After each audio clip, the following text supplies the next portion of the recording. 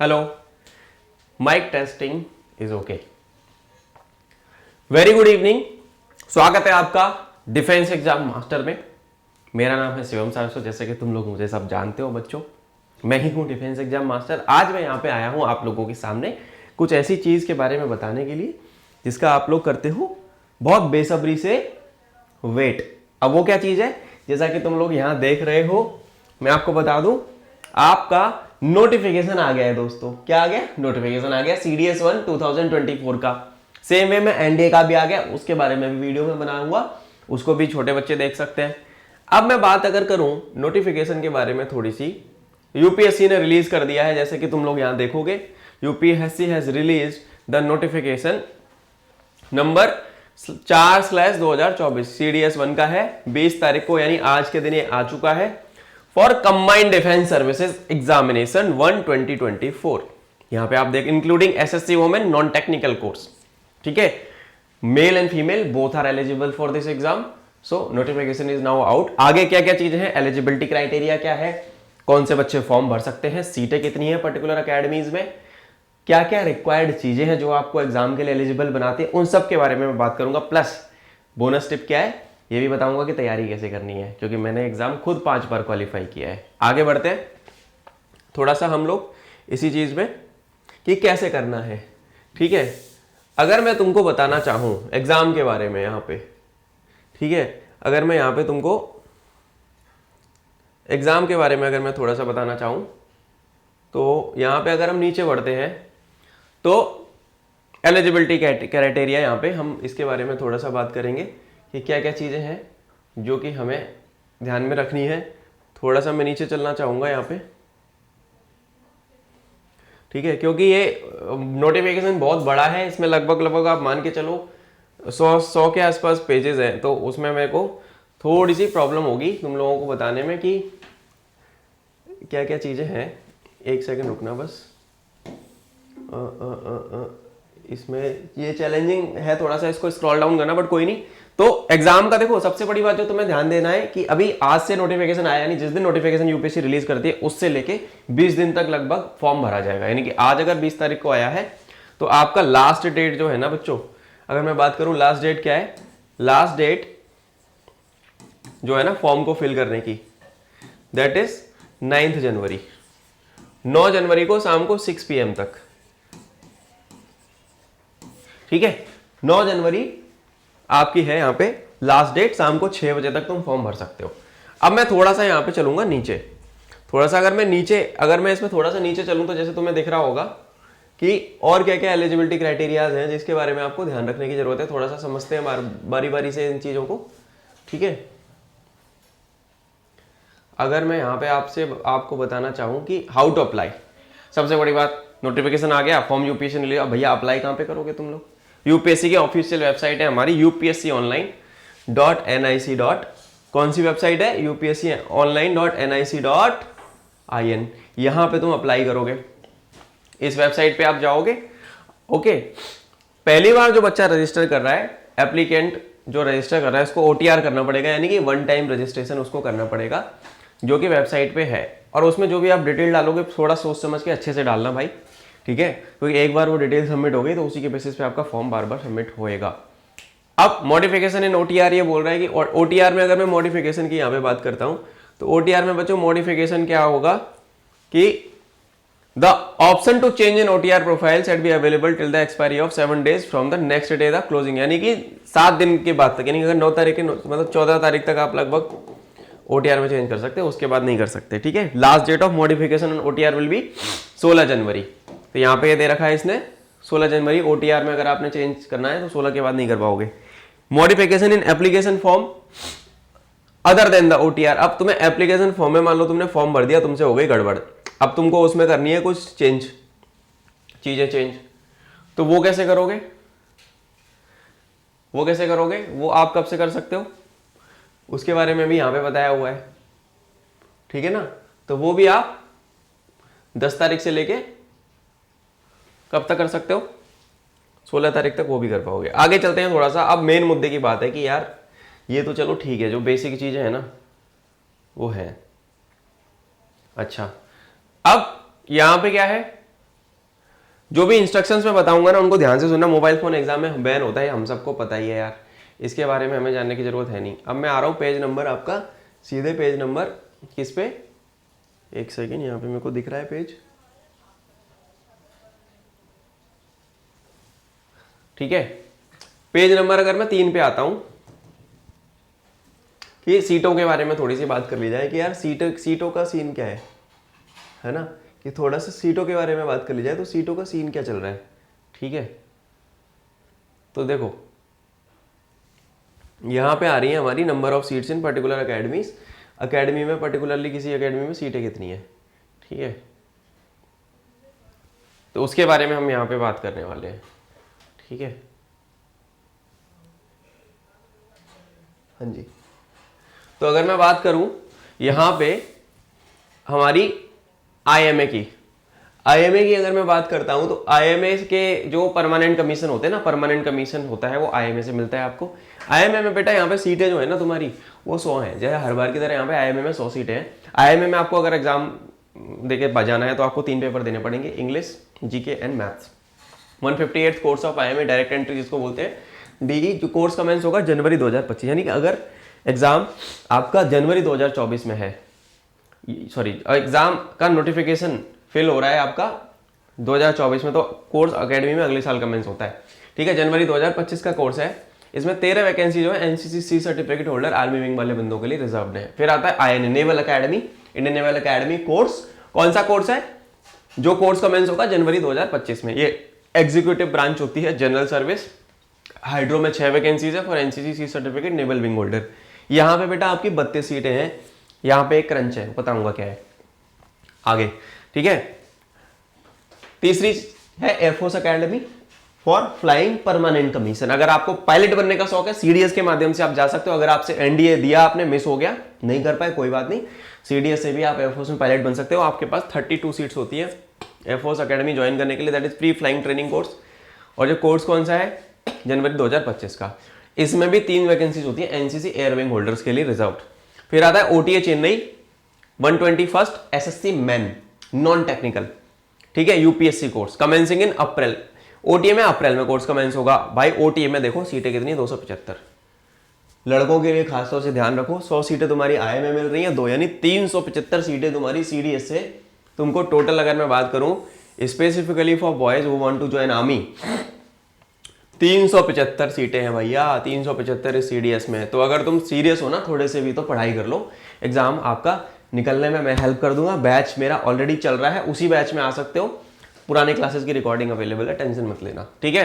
तो 375 सीटें लड़कों के लिए, परमानेंट कमीशन में 100 और शॉर्ट सर्विस कमीशन में आपकी 275। ओटीए में आपका 10 ईयर का होता है एसएससी, ठीक है, 10 ईयर एसएससी, 4 ईयर का एक्सटेंशन मिलता है, 10 ईयर प्लस 4 है, वो डिपेंड करता है, बट 10 साल की तो शॉर्ट सर्विस कमीशन होती ही है।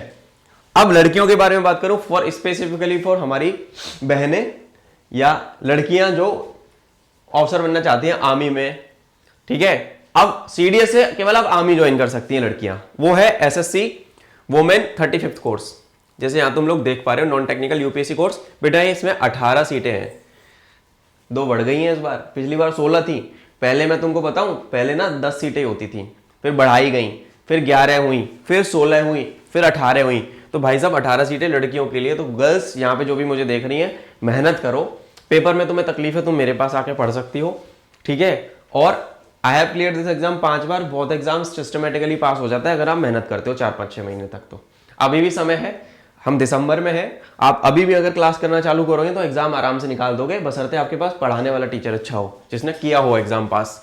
आगे चलते हैं थोड़ा सा, ये सीटों के बारे में कहानी मैंने तुमको बता दी। टोटल सीटें यहाँ पे आपकी लगभग मान लो कितनी है टोटल सीटें बेटा, 475, ठीक है, 475 यहाँ पे टोटल सीटें तुम्हारी है, ठीक है। अब देखो, अब आगे और क्या चीजों पे ध्यान रखना है तुम्हें, इस चीज के बारे में अगर मैं बताऊं आपको, तो थोड़ा सा यहाँ पे नीचे चलते हैं हम कि क्या क्या है। थोड़ा सा मैं नोटिफिकेशन को करूंगा स्क्रॉल डाउन, ठीक है, थोड़ा सा मैं नोटिफिकेशन करूंगा स्क्रॉल, एक सेकंड, थोड़ा सा ये ना,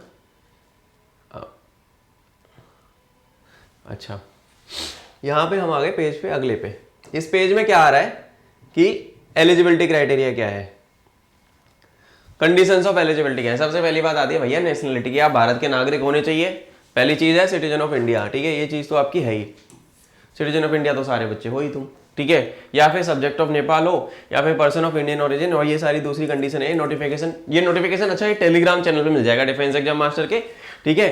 टेलीग्राम चैनल का लिंक आपको मिल जाएगा कहाँ पे? इस वीडियो के डिस्क्रिप्शन में, ठीक है। हमारा टेलीग्राम चैनल का नाम भी डिफेंस एग्जाम मास्टर ही है, उस पर पूरी वीडियो मिल जाएगी ये वाली, और ये नोटिफिकेशन भी पीडीएफ मिल जाएगी, यूपीएससी की ऑफिशियल वेबसाइट पे भी अवेलेबल है। आगे चलते हैं, ये हो गई तुम्हारी एज वाली बातचीत, ठीक है बच्चों। अब एज वाली बातचीत के बाद अगर मैं आगे बताता हूं तो इसमें और आते हैं कि यार अब क्या है आगे, सर क्या है। अब आप सर ये बताओ कि एज लिमिट के बारे में, मेन मुद्दा होता है सारे बच्चों का एज का। सर बताओ प्लीज, सर एज में हम क्या करें? सबसे बड़ी तकलीफ तो यार एज वाले पंगा है। एज लिमिट, जेंडर, आपका एज लिमिट के बारे में बात कर रहा है, आपके सेक्स के बारे में बात कर रहा है। Age limit, gender and marital status. भाई अनमैरिड चाहिए, मैरिटल स्टेटस तो पहले से ही सुन लो।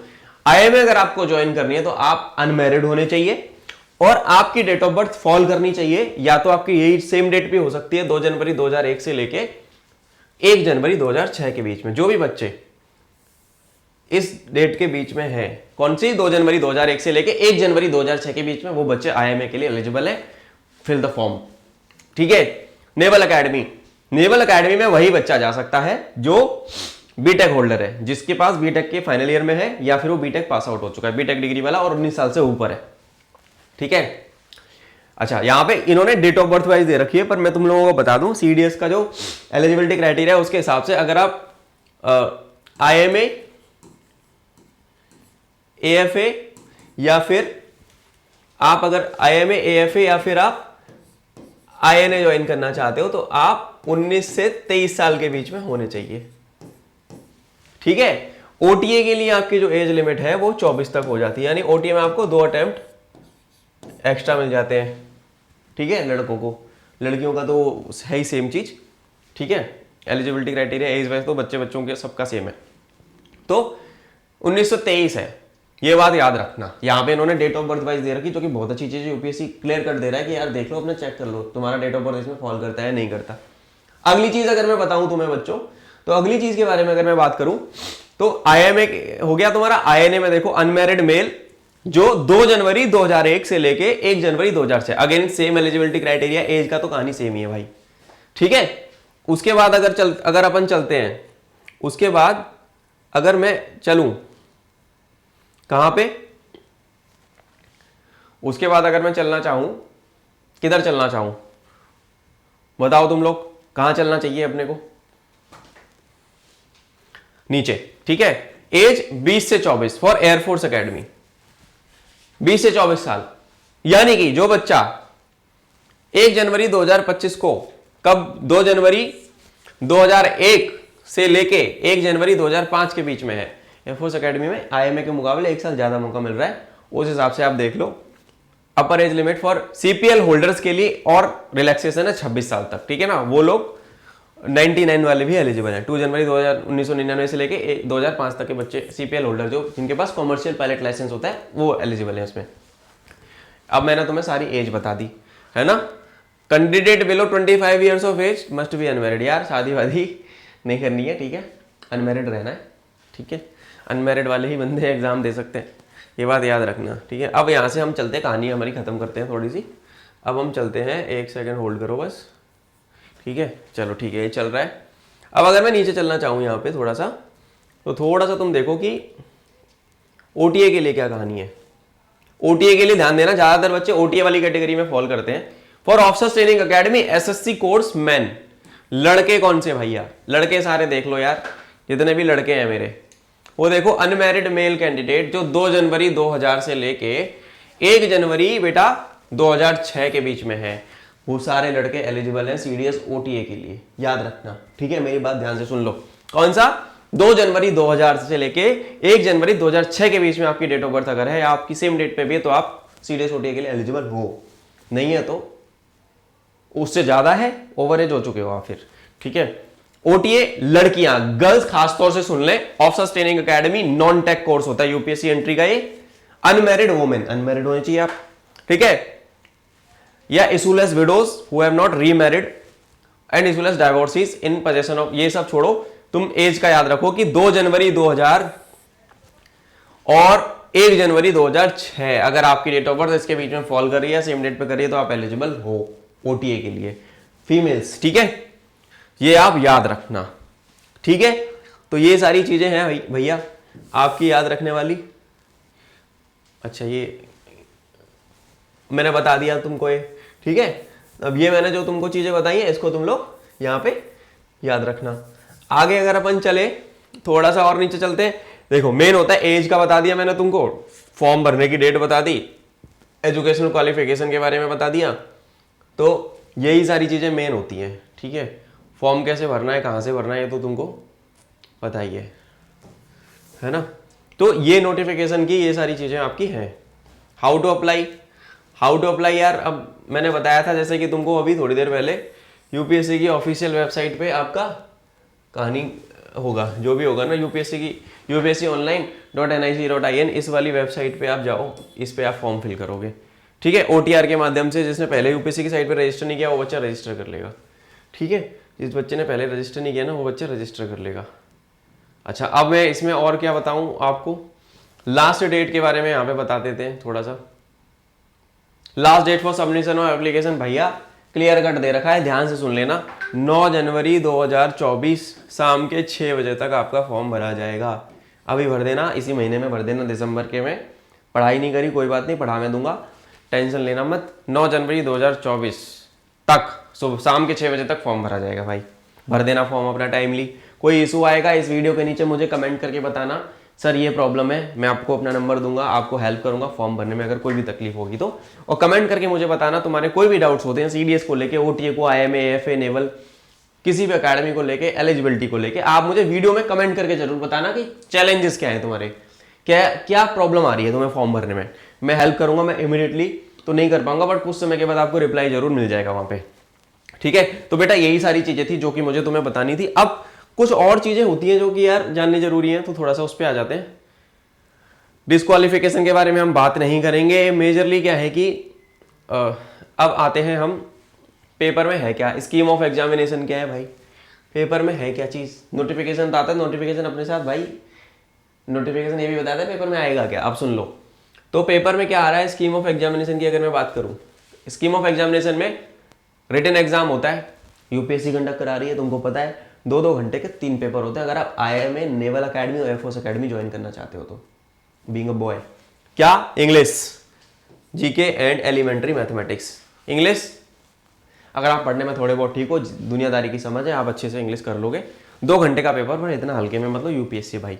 ठीक है, 2 घंटे का पेपर, मैक्सिमम मार्क्स 100, क्वेश्चन आते हैं इसमें 120।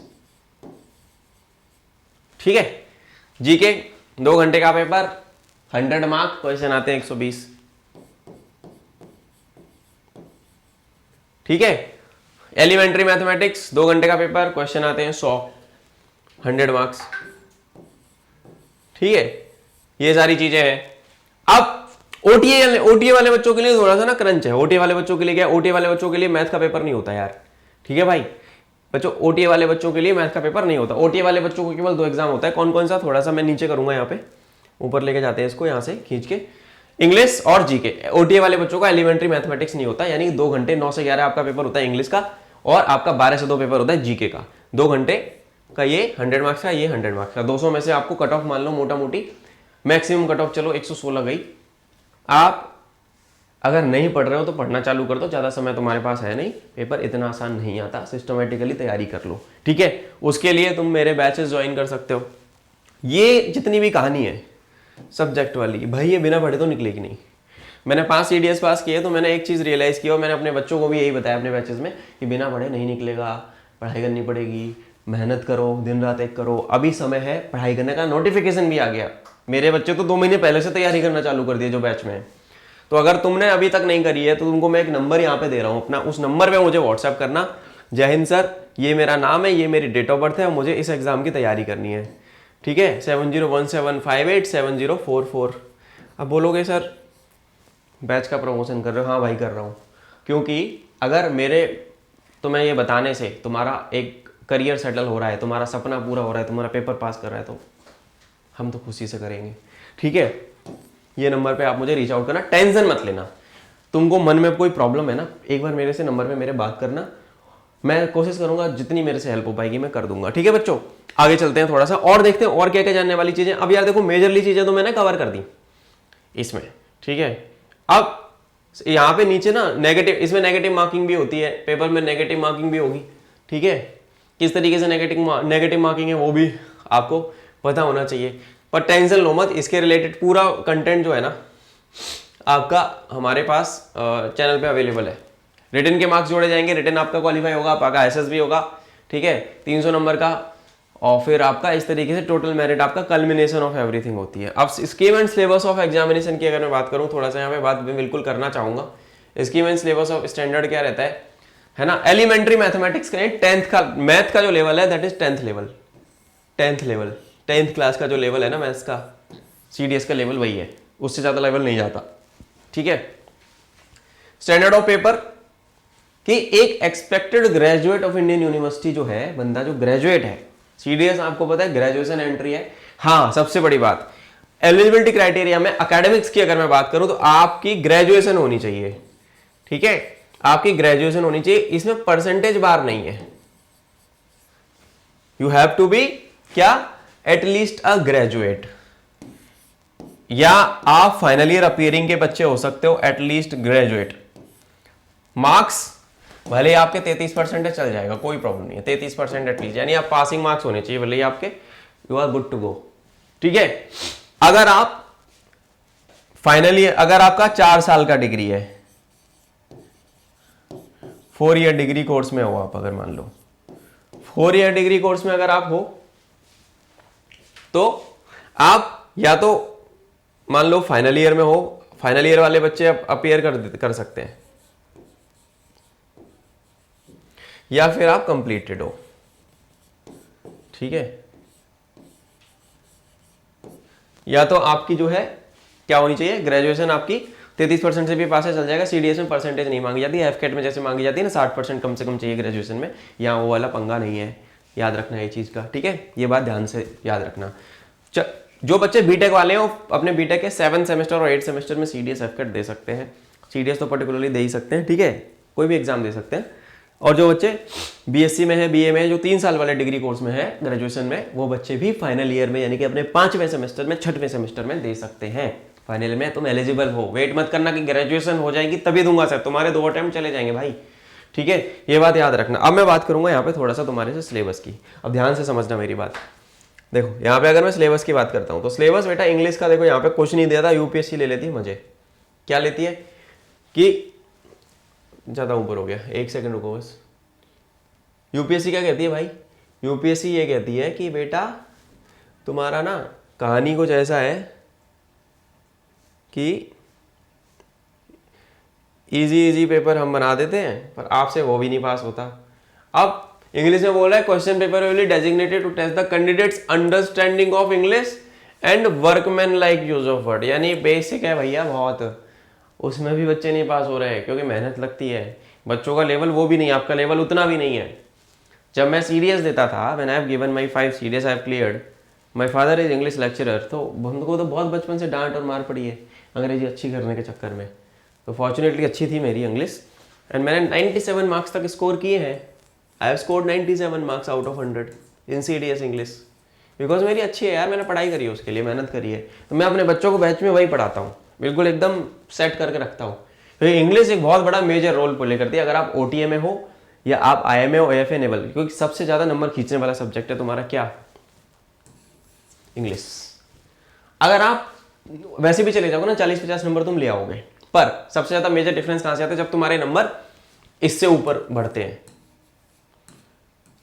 75+, जब आपके नंबर बढ़ते हैं तब आप मेरिट में भी ऊपर जाते हो, आपका क्लियर भी होता है। क्योंकि तुम जीके में बहुत ज्यादा टफ हो जाता है गेम, तो वहां पे थोड़ा सा चैलेंजिंग रहता है, बट इंग्लिश में आप नंबर खींच सकते हो अगर आप सही से तैयारी कर रहे हो तो, ठीक है बच्चों।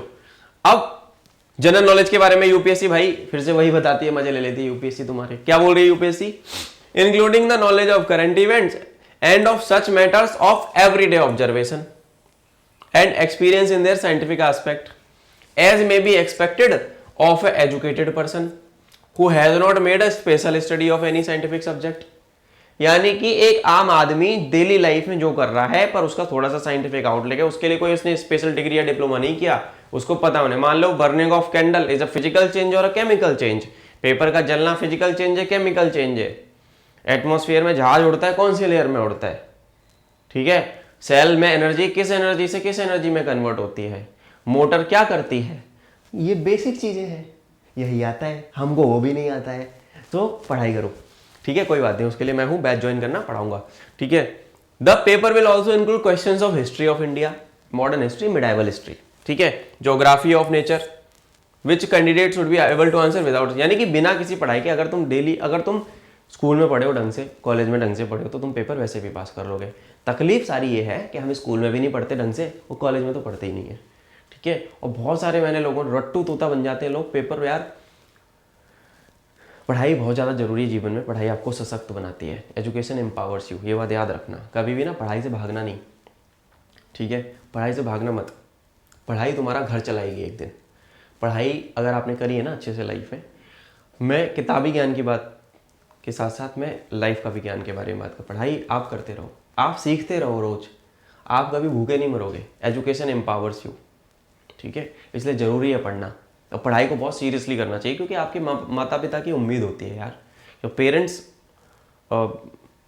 सेक्रीफाइस एवरीथिंग, हर चीज़ वो कुर्बानी देते हैं क्या कि तुम अच्छे से अच्छे स्कूल में पढ़ो, अच्छे से अच्छे कॉलेज में जाओ, डिग्री लो और आगे अपने पैरों पे खड़ो। ये तुम्हें एक मौका मिल रहा है इस एग्ज़ाम के माध्यम से।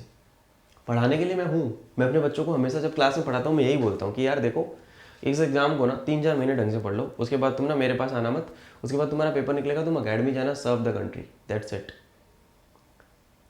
अभी पढ़ने का वक्त है दोस्तों, अभी पढ़ो, ठीक है। तुम प्रॉब्लम में हो ना, तुम अगर 0 से आओगे मेरे पास, मैं तुमको 3 महीने में चीता बना सकता हूँ, बशर्ते तुम मेरी एक एक बात मानो।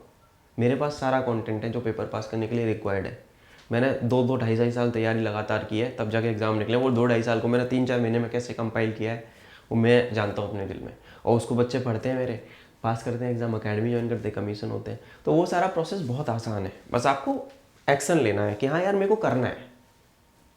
जो आदमी करना चाहता है उसको मैं करवा दूंगा, जो नहीं करना चाहता उसका तो कोई कुछ नहीं कर सकता। मैं क्या, कोई भी कुछ नहीं, ऊपर वाला भी कुछ नहीं कर सकता, भगवान जी भी कुछ नहीं कर सकते।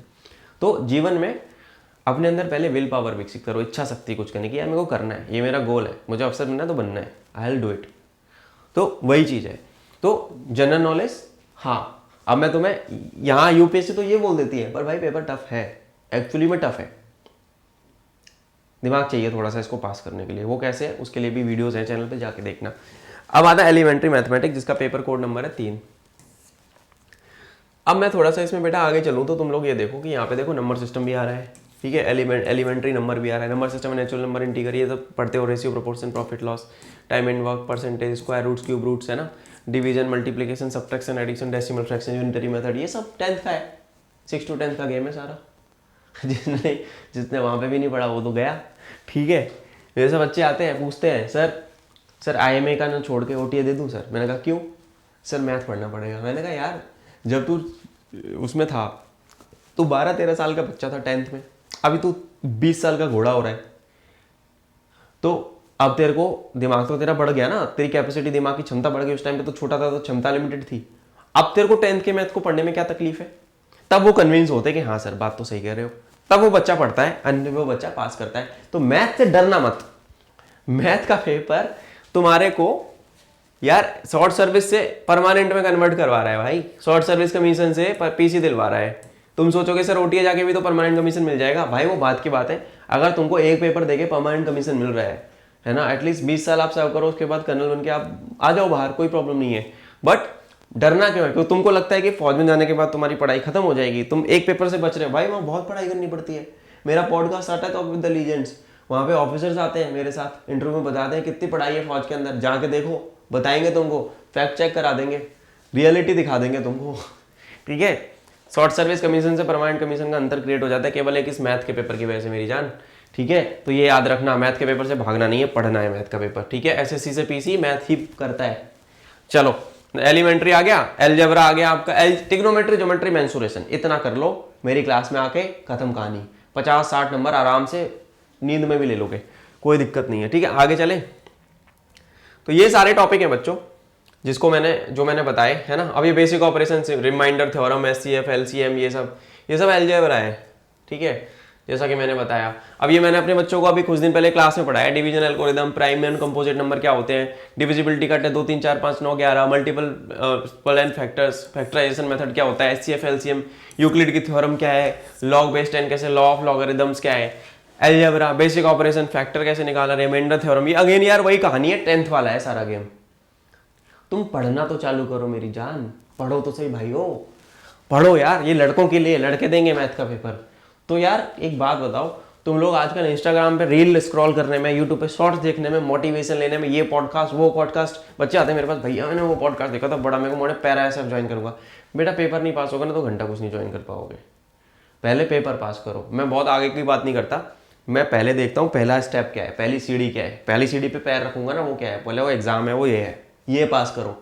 एसएसबी तो मैं करवा दूंगा, मेरे पास पैनल ऑफ ऑफिसर्स हैं जो असेसर्स रहे हैं, उनसे करवा दूंगा, पर पहले पेपर तो निकाल लो भाई।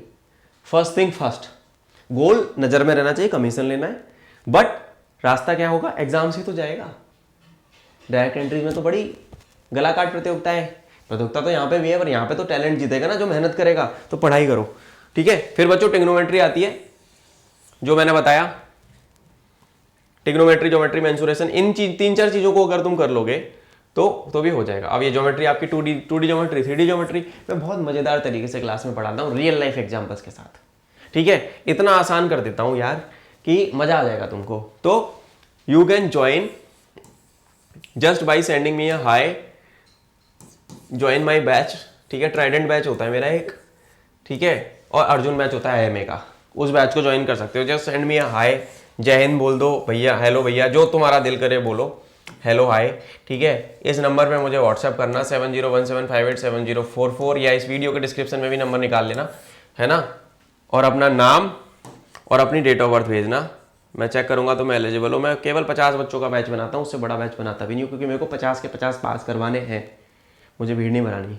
मैं रिजल्ट को लेकर बहुत ज़्यादा सीरियस होता हूँ अपने, और मैं पढ़ाई को लेकर भी बहुत ज़्यादा सीरियस हूँ। मैं बच्चों को बहुत चमकाता भी हूँ अगर पढ़ाई नहीं करते तो, ठीक है। नाम, आपका डेट ऑफ बर्थ भेजो, क्या तकलीफ है, कितने अटेम्प्ट दिए, नहीं निकले, किस बेवकूफ़ी की वजह से नहीं निकले, वो तो मैं फिगर आउट कर लूंगा तुम्हारा, ठीक है। नाम और डेट ऑफ बर्थ भेजना, और एग्जाम कौन सा है तुम्हारा ये मुझे बता देना, बाकी मेरे ऊपर है, ठीक है, कि पास कैसे कराना है।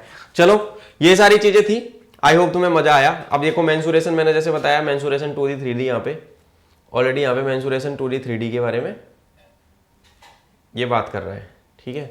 स्टैटिस्टिक्स आती है थोड़ी सी, ठीक है, थोड़ी सी यहाँ पे स्टैटिस्टिक्स भी आती है। तो ये सारी चीजें आपकी इसमें आती हैं।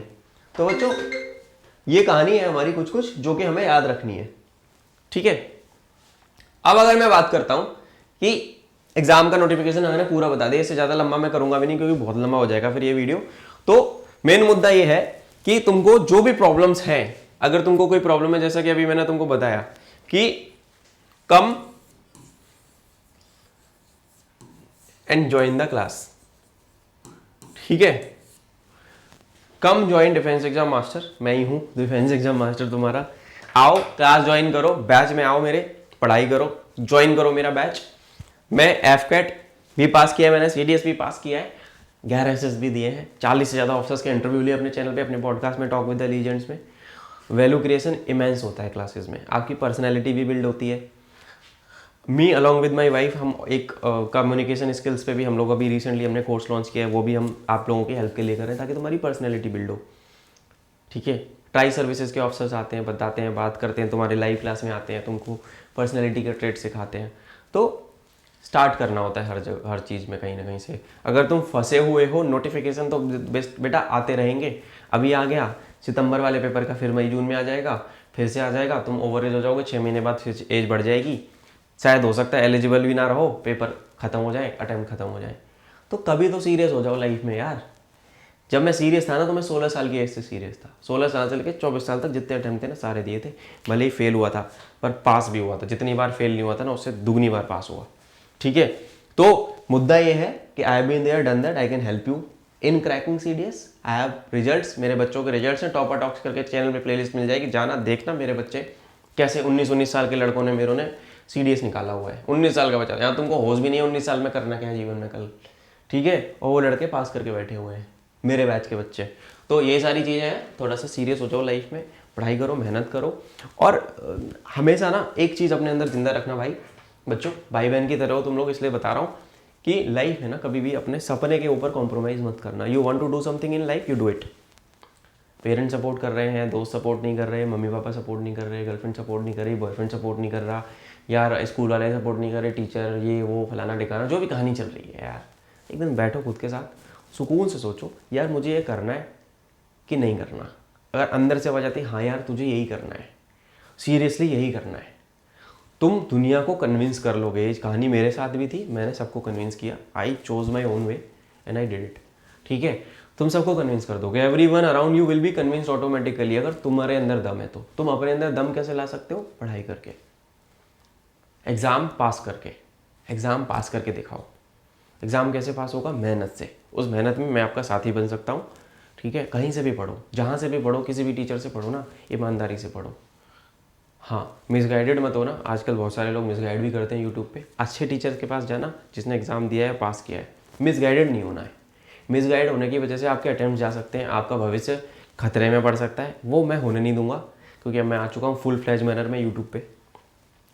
ठीक है, 6 साल से इस इंडस्ट्री में काम कर रहा हूँ, एजुकेशन वाली में, खून में तीसरी पीढ़ी है मेरी टीचिंग में, 3rd जनरेशन इनटू टीचिंग हूँ, खून में वही है, तो गलत तो होने नहीं दूंगा तुम्हारे साथ। ठीक है, तो कहीं पे भी परेशान हो ना, एक बार कमेंट करके बता देना, या मेरा नंबर है पीछे ये वाला भाई,